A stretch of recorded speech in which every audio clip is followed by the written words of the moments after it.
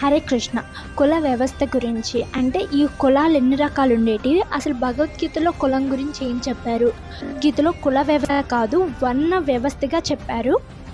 అయితే ఇవి 4 వర్ణాలుగా విభజించబడ్డాయి. ఆ 4 వర్ణాలు ఏమంటే బ్రాహ్మణ, క్షత్రియ, వైశ్య, శూద్రులు. వీళ్ళు 4 కుల వ్యవస్థ కాదు వర్ణ వ్యవస్థలాగా విభజించబడ్డాయి.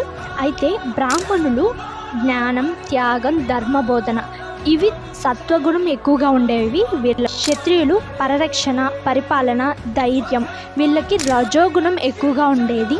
వైశ్యులు వాణిజ్యం, వ్యవసాయం, పశుపోషణ వీళ్ళల్లో తమో రజోగుణాలు మిక్స్డ్గా ఉండేవి అన్నమాట.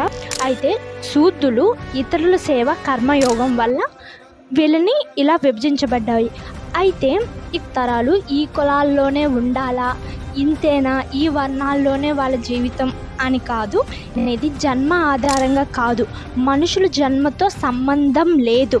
స్వభావం అంటే గుణం మరియు చేయు పనులు అంటే కర్మ ద్వారా కులాల్ని నిర్ణయించబడ్డాయి. అయితే ఒక వ్యక్తి బ్రాహ్మణ కుటుంబంలో పుట్టినా సరే ఆ వ్యక్తికి ఏముంటుంది, త్యాగం, ధర్మబోధన ఉండాలి. కానీ తనకు ఆలోచనలు మొత్తం కూడా వాణిజ్యం, వ్యాపారం, పశుపోషణ అలా థింకింగ్, తన నడవడిక అలా ఉంటే అతను బ్రాహ్మణ అనే వర్గానికి చెందినవాడు కాదనమాట. శిష్యుల యొక్క వర్ణానికి చెందిన వాళ్ళు అవుతారనమాట. అండ్ వర్ణ వ్యవస్థ అనేది టెంపరీ, వాళ్ళ యొక్క గుణం బట్టి మారుతూ ఉంటుందన్న. హరే కృష్ణ.